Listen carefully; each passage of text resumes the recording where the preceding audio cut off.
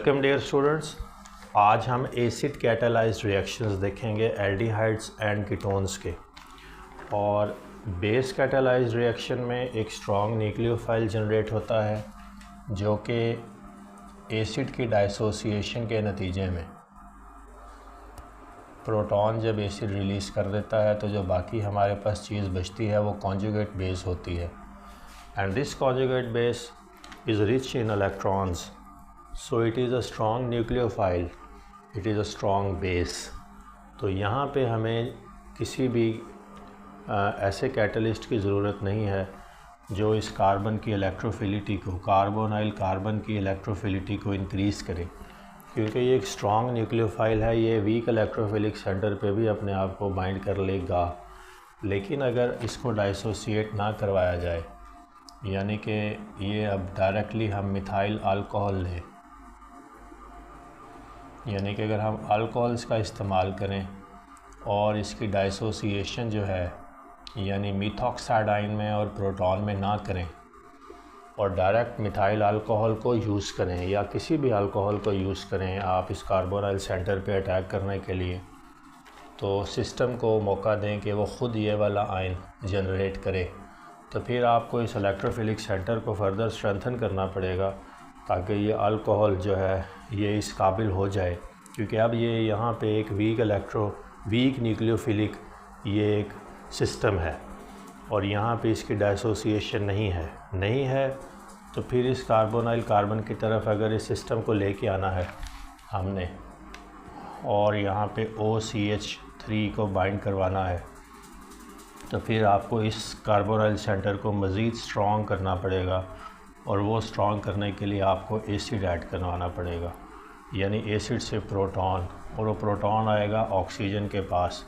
Oxygen के पास आने के नतीजे में यहाँ पे OH फॉर्म हो जाएगा और ये हमारा जो सेंटर है ये मज़ीद इलेक्ट्रोफिलिक हो जाएगा। ये OH जो है ये इलेक्ट्रॉन डेंसिटी को अपनी तरफ फर्दर खींचता चला जाएगा और इस तरह से जो कार्बन है ये इलेक्ट्रोफिलिक होती चली जाएगी। फिर आप अगर किसी कंपाउंड का जिसमें जो है वो एक न्यूक्लियोफिलिक सेंटर मौजूद है बराह रास्त इंटरेक्शन करवाएं, तो फिर आपको कंपाउंड्स या वो सिस्टम जो है न्यूक्लियोफाइल जनरेट करके तो एक कंपाउंड फॉर्म कर देगा। तो इसलिए एसिड कैटालाइज में हमें प्रोटोनेशन की ज़रूरत पड़ती है। प्रोटोनेशन से हाइड्रोक्साइड आयन फॉर्म होता है। हाइड्रोक्साइड आयन की फॉर्मेशन में carbon becomes more electrophilic and then you can allow methyl alcohols या any alcohols and also compounds like amines to interact। अब ये अमीन भी ऐसे बराह रास्त आती है, NH2 के साथ कोई भी सब्सटीट्यूट हाइड्रोक्साइड आयन, NH2 के साथ आगे फर्दर NH2, तो इस तरह से इनकी फिर जो है सिस्टम में इंटरेक्शन पॉसिबल हो जाती है, क्योंकि अब ये बाइंडेड स्टेट में है, कंपाउंड फॉर्म में है, बाइंडेड स्टेट में है। और यहाँ से फिर न्यूक्लियोफाइल की जनरेशन उस टाइम पे होनी है जब ये सिस्टम में इंटरेक्ट करेंगे। यहाँ पे आके कार्बन का इलेक्ट्रोफिलिक होना ज़रूरी है, फिर ये यहाँ तक पहुँच पाएंगे, अदरवाइज़ ये रिएक्शन नहीं देंगे। अब हम इसकी पहली इंटरेक्शन देखते हैं, वो है रिएक्शन विद अमीन्स। तो जब अमीन्स की बात आएगी तो अभी हमने अमीन्स का जिक्र छेड़ा है। अमीन्स जो हैं ये अमोनिया के डेरिवेटिव्स हैं NH3, और यहाँ पे आपके पास काफ़ी सारे डेरिवेटिव्स NH2 और H, ये तो अमोनिया ही है। हाइड्रोजन मैंने अलग करके लिखी, ये एक्टिव ग्रुप है जो न्यूक्लियोफाइल के तौर पर सिस्टम के साथ यानी कार्बोनाइल कार्बन के साथ इंटरेक्ट करेगा। इसके अलावा इसके साथ हाइड्रोक्साइड भी हो सकती है, बाइंडेड स्टेट में होगा और यहाँ से फिर न्यूक्लियोफाइल जनरेट होगा। एसिड कैटालाइज्ड रिएक्शन यहाँ पे शो करवाना पड़ेगा आपको नेचुरली इन कंपोनेंट्स के साथ। यहाँ पे अगर हम देखें तो ये हम एल्डिहाइड से स्टार्ट करते हैं। This is acetaldehyde and this is NH2H। इस हाइड्रोजन को मैं ज़रा बार से डिनोट करता हूँ अपनी समझ के लिए। पहले केस में प्रोटोनेशन है तो आप इसको प्रोटोनेट करवाएं, addition of H+ ion, and this results in formation of a stronger electrophilic centre. और सेकंड फेज़ में जो है ये NH2 अपने लोन इलेक्ट्रॉन पेयर्स के साथ यहाँ आएगी और एक कंपाउंड फॉर्म होगा, एक इंटरमीडिएट फॉर्म होगा। अब ऑक्सीजन अपने पाई इलेक्ट्रॉन सिस्टम को तोड़ लेगा और ये बॉन्ड सिंगल हो जाएगा, क्योंकि यही नेसेसिटी है। यहाँ नाइट्रोजन आ जाएगी, ये हाइड्रोजन जो इसकी सब्स्टिट्यूएंट वाली है, ये इसकी अपनी हाइड्रोजन्स, और ये वाला एक इंटरमीडिएट फॉर्म हो गया। सिर्फ इस ग्रुप ने अपने आप को अपने लोन इलेक्ट्रॉन पेयर के साथ नाइट्रोजन ने कार्बन के साथ इंटरेक्ट कर लिया। सेकंड फेज़ में आप इसमें से पहला काम, ये अगर आपने फाइनल प्रोडक्ट तक जाना है तो यहाँ से पहले तो एक हाइड्रोजन को रिमूव करवाएं, तो -1 प्रोटॉन पहला फेज़ है।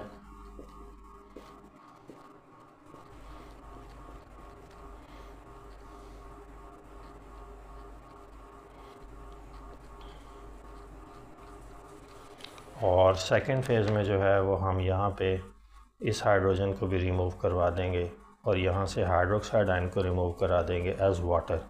तो अब सेकंड फेज़ में फाइनल प्रोडक्ट तक जाने के लिए वाटर का लॉस है, माइनस वाटर कर दें, माइनस वाटर कर देंगे तो फिर ये हाइड्रोक्साइड और ये वाली हाइड्रोजन रिमूव होगी, सब्स्टिट्यूएंट वाली नहीं।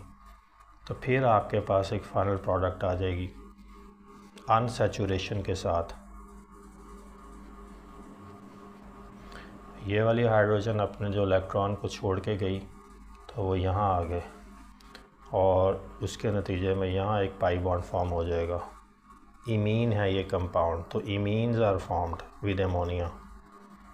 तो इमीन्स फॉर्म करने के तरीके में स्टेप्स सिंपल से हैं, प्रोटोनेशन ऑफ द एल्डिहाइडिक और कीटोनिक ग्रुप, और सेकंड फेज़ में जो है उस अमीन का इंटरेक्शन नाइट्रोजन का अपने लोन इलेक्ट्रॉन पेयर्स के साथ नाइट्रोजन बॉन्ड फॉर्म करेगी। एक प्रोटॉन को लॉस होना ज़रूरी है हमारी फाइनल प्रोडक्ट तक पहुंचने के लिए, और उसके बाद फिर वाटर का मॉलिक्यूल लॉस करवाएंगे और फिर आपके पास फाइनल इमीन्स तक आप बात को लेकर जा सकते हैं। तो इस तरह से आप रिएक्शन करवाएंगे अमीन्स के साथ और फाइनल प्रोडक्ट इस केस में इमीन्स हैं। इसी तरह से अगर हाइड्रोक्सिल अमीन से हम बात को चलाएं, ये कीटोन्स हैं, this is dimethyl ketone and this is NH2OH। तो यहाँ पे फर्स्ट केस में आपने प्रोटोनेशन करवानी है और दिस इज़ CH3। प्रोटोनेशन के नतीजे में यहाँ पे हाइड्रोक्सिल आयन की फॉर्मेशन है। सेकंड फेज़ में हम ये NH2 जो है अपने लोन इलेक्ट्रॉन पेयर्स के साथ यहाँ पे अटैक लॉन्च करेगा।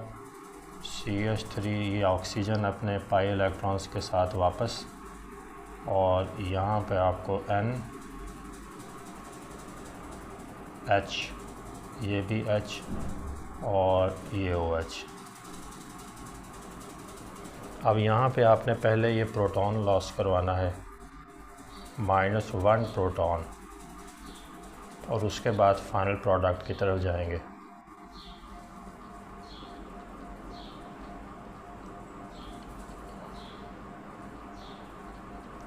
और अब है माइनस वाटर है, ये हाइड्रोक्सिल और ये यहाँ से हाइड्रोजन ये लूज़ होंगी एज वाटर।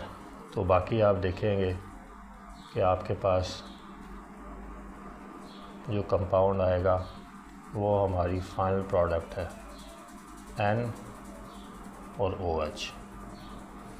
तो यहाँ पे नाइट्रोजन के साथ हाइड्रोक्सिल ग्रुप लगा हुआ है, सिर्फ फ़र्क ये है। और इन कंपाउंड्स को हम ऑक्साइम्स कहते हैं। और ये याद रखिएगा कि जो अनसैचुरेशन है उसको ना भूलिएगा, क्योंकि ये हाइड्रोजन अपने इलेक्ट्रॉन्स को जो छोड़ के गई पेयर को, वो यहाँ पाई बॉन्ड फॉर्म करने के लिए आएंगे। तो these unsaturated compounds are called oximes with hydroxy amines. इसके बाद अगर यहाँ पे फिर डाईमिथाइल कीटोन लें और यहाँ पे एक और नेचर की अमीन फॉर्म करें, तो फिर पहले केस में प्रोटोनेशन होगी। यहाँ पे बिल्कुल एक ही नोयत के ये सारे रिएक्शंस हैं। सेकंड फेज़ में जो है वो अटैक होगा यहाँ इस अमोनिया का, और ये यहाँ पे एक इंटरमीडिएट सा फॉर्म हो जाएगा। अगेन ऑक्सीजन अपने ऑक्सीजन स्पाई इलेक्ट्रॉन सिस्टम को तोड़ लेगा ये, और यहाँ पे N, और ये इसकी 2 हाइड्रोजन्स, और ये NH2 साथ ही रहेगा। तो अब आपने नेक्स्ट फेज़ में पहले एक प्रोटॉन लॉस करवाना है, 1 हाइड्रोजन लूज़ करवानी है एज प्रोटॉन।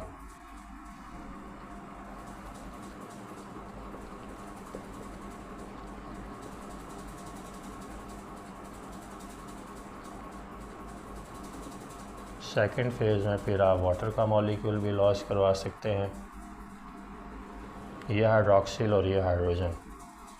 अब अनसैचुरेशन फिर आ जाएगी।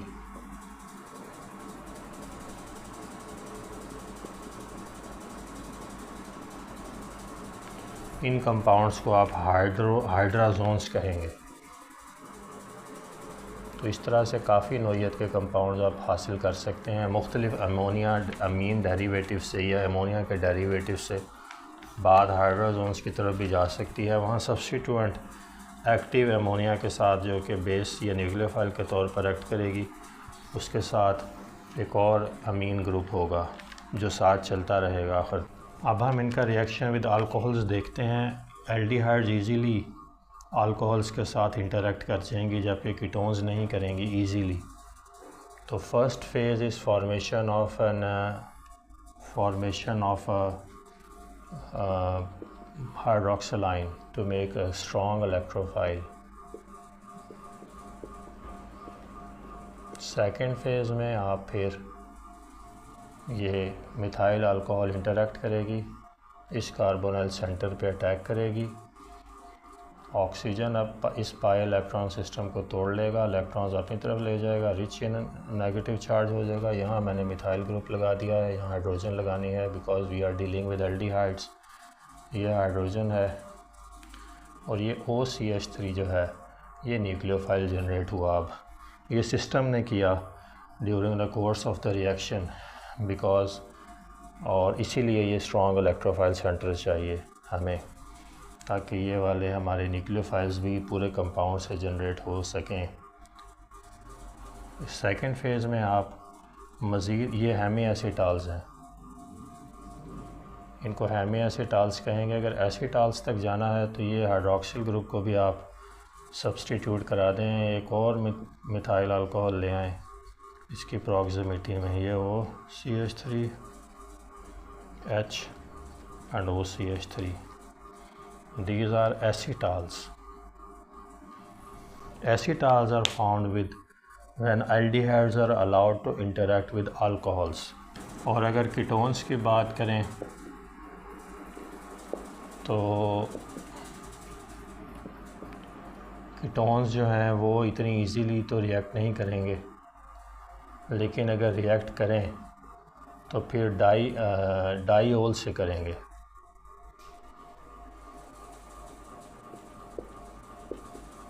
और डाईओल से जब इंटरेक्ट करेंगे तो आपको कीटाल्स मिलेंगे।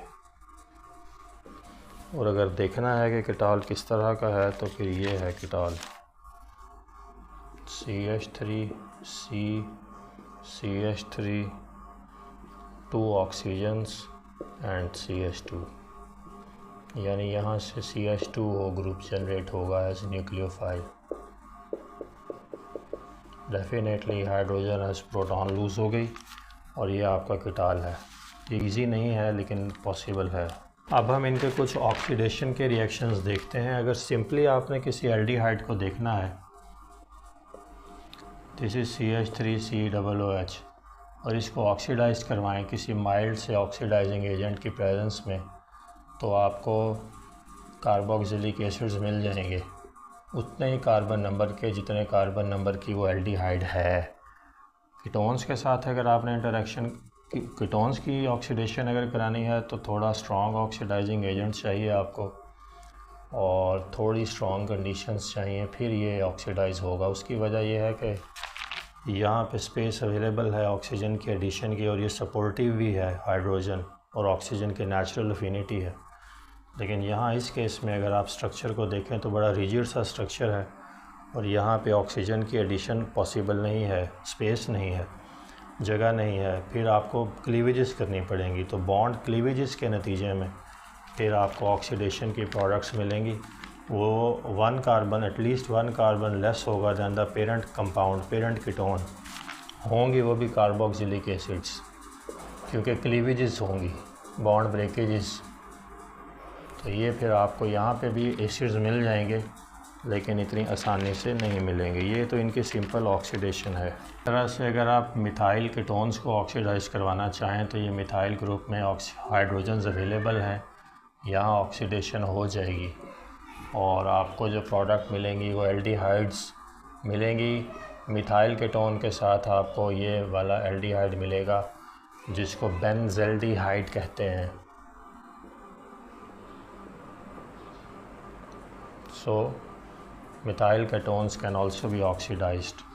अगर ये मिथाइल ग्रुप्स मोर देन 1 हो तो फिर जो है वो मोर देन 1 प्लेसेस पे ऑक्सीडेशन होगी और एल्डिहाइड्स भी मिलेंगे, फिनाइल एल्डिहाइड्स या बेंज़ल्डिहाइड। एल्डिहाइड्स और कीटोन्स को डिस्टिंग्विश करने के लिए कुछ टेस्ट्स हैं। हमने देखा है कि एल्डिहाइड्स इतनी जल्दी ऑक्सीडाइज नहीं, कीटोन्स इतने जल्दी ऑक्सीडाइज नहीं होते, एल्डिहाइड्स हो जाते हैं। माइल्ड से ऑक्सीडाइजिंग एजेंट को ख़ुद तैयार करके लेबॉरेटरी में हम एक्सपेरिमेंट कैरी ऑन कर सकते हैं और उसके नतीजे में फिर हम जो है चेक कर लेंगे कि क्या एल्डिहाइडिक फंक्शनल ग्रुप प्रेजेंट है गिवन कंपाउंड में या कीटोनिक फंक्शनल ग्रुप प्रेजेंट है। पहला टॉलेंस रिएजेंट टेस्ट है। इसमें आपने टॉलेंस जो हमारा रिएजेंट है उसको हमने फॉर्म करना है। टॉलेंस रिएजेंट को फॉर्म करने के लिए आपको सिल्वर नाइट्रेट की ज़रूरत है, वाटर की ज़रूरत है और अमोनिया की ज़रूरत है और बेसिक कंडीशन में ये होगा तैयार। तो ये चीज़ आपके पास आएगी, एक्वस, सिल्वर और 2 मॉलिक्यूल्स अमोनिया के और ये एक मेटल एटम है, यानी कॉम्प्लेक्स कंपाउंड है और ऑक्सीडेशन नंबर +1 होगा इस कॉम्प्लेक्स पे, जिसमें सेंट्रल मेटल एटम होती है और साइड पे लीजेंड्स अटैच्ड होते हैं। ये ट्रांजिशन एलिमेंट्स का एक ये ख़ासियत है, एक करैक्टरिस्टिक है। तो यहाँ पे अब हमने करवाना ये है कि सिल्वर को रिड्यूस करवाना है एल्डिहाइड से, और हम जानते हैं कि एल्डिहाइड्स रिड्यूसिंग शुगर्स भी हैं, तो इसलिए फिर अब यहाँ पे ऑक्सीडाइज होगी ख़ुद तो दूसरे को रिड्यूस करेगी। तो दोनों सूरतों में ये ऑक्सीडेशन रिडक्शन रिएक्शन देखा जा सकता है। अब एसिटाल्डिहाइड को इसकी प्रॉक्सिमिटी में लाएं इस टॉलेंस रिएजेंट की, जो कि एक्वस है, पानी में बना हुआ है, सिल्वर और इसके साथ NH3 और साथ इसका ऑक्सीडेशन स्टेट +1। ये सिल्वर का ऑक्सीडेशन स्टेट है प्राइमरीली, लेकिन क्योंकि पूरे कॉम्प्लेक्स पे आएगा इसलिए कॉम्प्लेक्स का चार्ज है। पॉइंट ये है कि यहाँ पे जो काम होना है वो ये है कि आपके पास कार्बोक्सिलेट आयन की फॉर्मेशन है, हाइड्रोजन लूज़ हुई और यहाँ पे आपको सिल्वर मेटल मिल गई। 2 मोल्स लेंगे क्योंकि यहाँ पे कार्बन के 2 इलेक्ट्रॉन्स हैं। कार्बन का ऑक्सीडेशन नंबर 0 से +2 में जाएगा with the loss of 2 electrons. वो गए कहाँ? सिल्वर में। कितने में? 2 में। हर सिल्वर ने 1 इलेक्ट्रॉन एक्सेप्ट किया, मेटल के तौर पर डिपॉजिट हो गई। हमारा जो एल्डिहाइड है ये ऑक्सीडाइज हो गया और इसने रिड्यूस किया मेटल को। साथ अमोनिया और वाटर मिलेगा। बेस की प्रेजेंस में ये रिएक्शन है और ये है हमारा काम।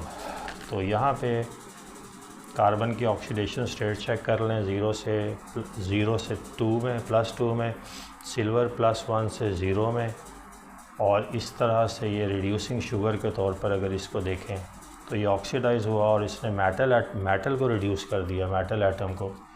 गो के मेटल्स इतनी इजीली रिड्यूस होते नहीं हैं, ये रिड्यूस करने की सलाहियत रखते हैं। इसके अलावा एक फेहलिंग सॉल्यूशन टेस्ट भी है। इसमें भी एल्डिहाइड्स देंगे, रिएक्शन हम खुद तैयार करेंगे एक ऑक्सीडाइजिंग एजेंट माइल्ड सा। Fehling solution is a mixture of Fehling A and Fehling B, और फेलिंग ए इस कॉपर सॉल्ट्स हैं दोनों। कॉपर सल्फेट और फेलिंग बी जो है वो सोडियम और पोटाशियम, सोडियम या पोटाशियम सॉल्ट है कार्बोक्सिलिक एसिड का, ये वाला। और इसमें अल्कोहल्स भी प्रेजेंट हैं हाइड्रोक्सिल ग्रुप्स के तौर पर, हाइड्रोक्सिल ग्रुप्स भी हैं।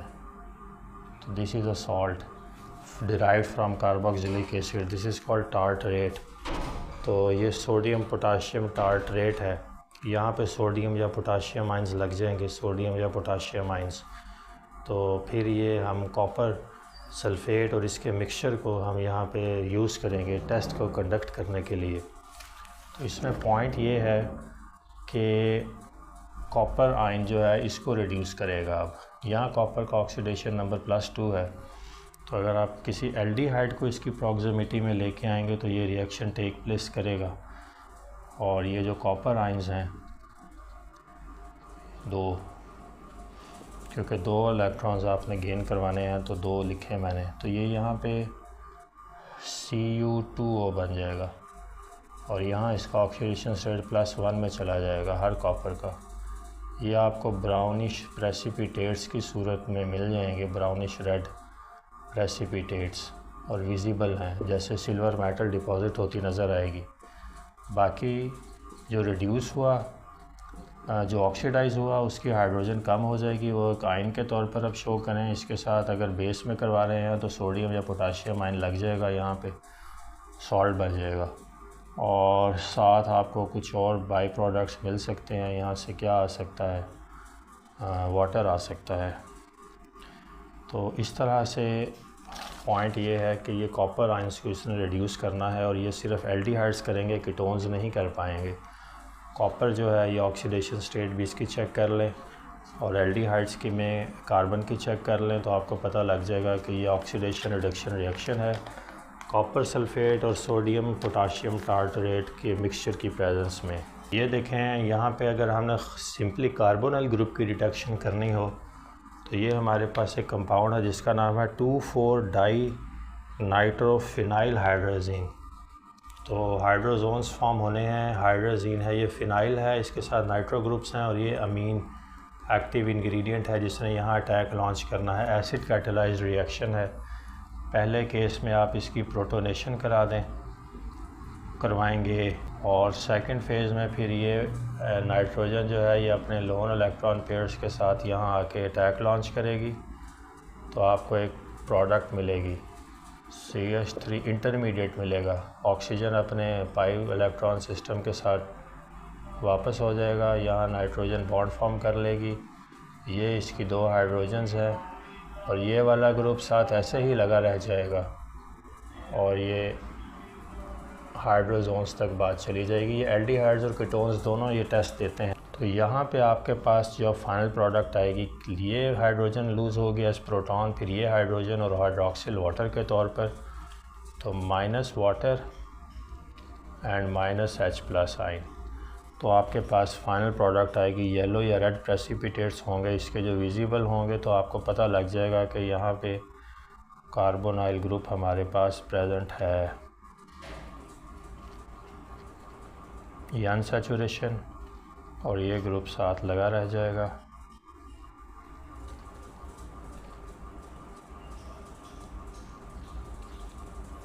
और ये यहाँ पे 2 नाइट्रोस NO2s, और ये देखें, तो these compounds are called hydrazones, phenyl hydrazones. So phenyl hydrazones की जो फॉर्मेशन है ये भी बता देगी कि कार्बोनिल ग्रुप है, ये कीटोन्स और एल्डिहाइड्स दोनों देते हैं, दोनों के नतीजे में हाइड्रोजोन्स फॉर्म होंगे, फिनाइल हाइड्रोजोन्स फॉर्म होंगे क्योंकि फिनाइल ग्रुप इन्वॉल्व है। और ये बिल्कुल वही मोड ऑफ रिएक्शन है जो हम अमीन्स के साथ देख चुके हैं। रिडक्शन की अगर बात करें तो एल्डिहाइड्स और कीटोन्स रिड्यूस भी हो जाती हैं। एल्डिहाइड्स लिथियम एल्यूमिनियम हाइड्राइड की प्रेजेंस में आप इनको रिड्यूस करवा सकते हैं प्राइमरी अल्कोहल्स में। एल्डिहाइड्स जो है वो प्राइमरी अल्कोहल्स में होंगी, जैसे कि ये हमारा एसिड एल्डिहाइड है,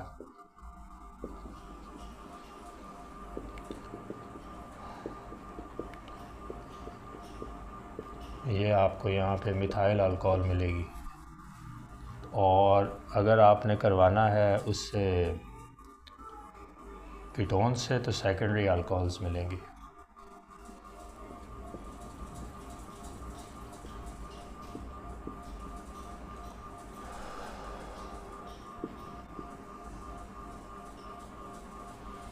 सेकेंडरी अल्कोहल्स मिलेंगी CH3, COO, CH3 is dimethyl ketone. This is lithium aluminium hydride, and the product in this case is COH CH3. So in this case it is a secondary alcohol. तो secondary alcohols मिलेंगी आपको अगर आप ketones को use करेंगे। Primary alcohols मिलेंगे अगर आप एल्डिहाइड्स को यूज़ करेंगे। लिथियम एल्यूमिनियम हाइड्राइड, हाइड्राइड्स की प्रेजेंस में हाइड्राइड आयन जनरेट होगा और आपको रिएक्शन मिलेगा रिडक्शन में जो एक्टिव इंग्रेडिएंट है हमारा वो हाइड्राइड्स हम यूज़ करते हैं, तो H- आयन ही एक्टिव है। तो यहाँ पे 4 अवेलेबल हैं, तो 4 हाइड्राइड आयन जनरेट हो सकते हैं, इसलिए ये स्ट्रॉन्ग रिड्यूसिंग एजेंट है जिसकी प्रेजेंस में आप रिएक्शन करवाएं तो बहुत कम रिड्यूस होने वाली स्पीशी को भी रिड्यूस कर देगा। तो ये वाला जो हाइड्राइड है बेसिकली इसका एज अ न्यूक्लियोफाइल अटैक है कार्बोनाइल कार्बन पे, इलेक्ट्रोफिलिक सेंटर पे, और फिर एक इंटरमीडिएट्स आपके पास फॉर्म होगा, ये टूट जाएगा, ऑक्सीजन फर्दर नेगेटिव हो जाएगी और ये यहाँ पे अपने आप को बाइंड कर लेगा। और सेकंड केस में इस हाइड्रोक्सिल को आप वाटर की प्रेजेंस पे प्रोटोनेट करवा लें या बहरहाल प्रोटॉन की जनरेशन है तो फिर आपके पास जो है वो अल्कोहल्स आ जाएंगी।